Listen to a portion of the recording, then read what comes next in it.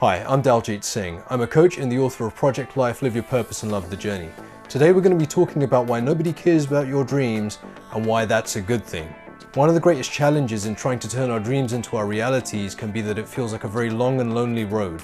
We can feel like we're having to go it alone and there's not enough support out there. Now, if you speak to anyone who's actually been down that road, they'll often tell you that sometimes they can feel like support isn't coming from the places where they'd hope it would.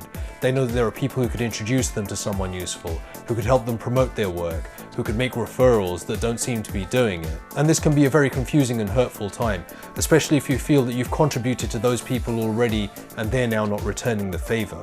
However, this can actually be the best thing that's ever happened in terms of you in the pursuit of those goals. Whether that's building a business, getting a qualification, or anything else that you might be out to achieve in the world. You see, if you can break the idea that there's a cavalry coming to rescue you, or someone might come along and carry you towards your dreams, then that only leaves one person that you can rely on, and that person is you. So I'm going to invite you to adopt the idea that there is no cavalry. Forget the cavalry. Nobody's coming to the rescue. Remember, nobody's ever going to care about your dreams as much as you do. And rightly so. Why should they? Now, there are two major reasons why adopting this mindset can be a really powerful thing for you.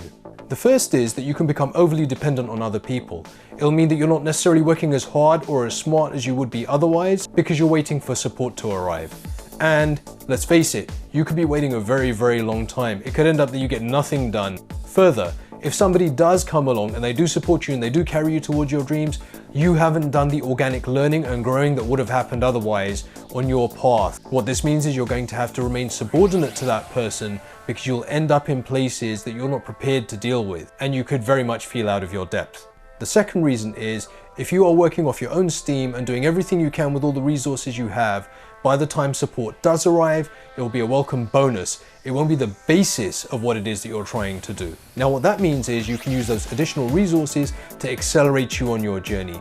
You won't be using those resources and that goodwill in order to just get the ball rolling. If you're willing to demonstrate that hard work and show that you are consistent, persistent, tenacious, and resilient, then people are going to want to support you because they'll view you as an equal. They're going to see you as someone who brings great value.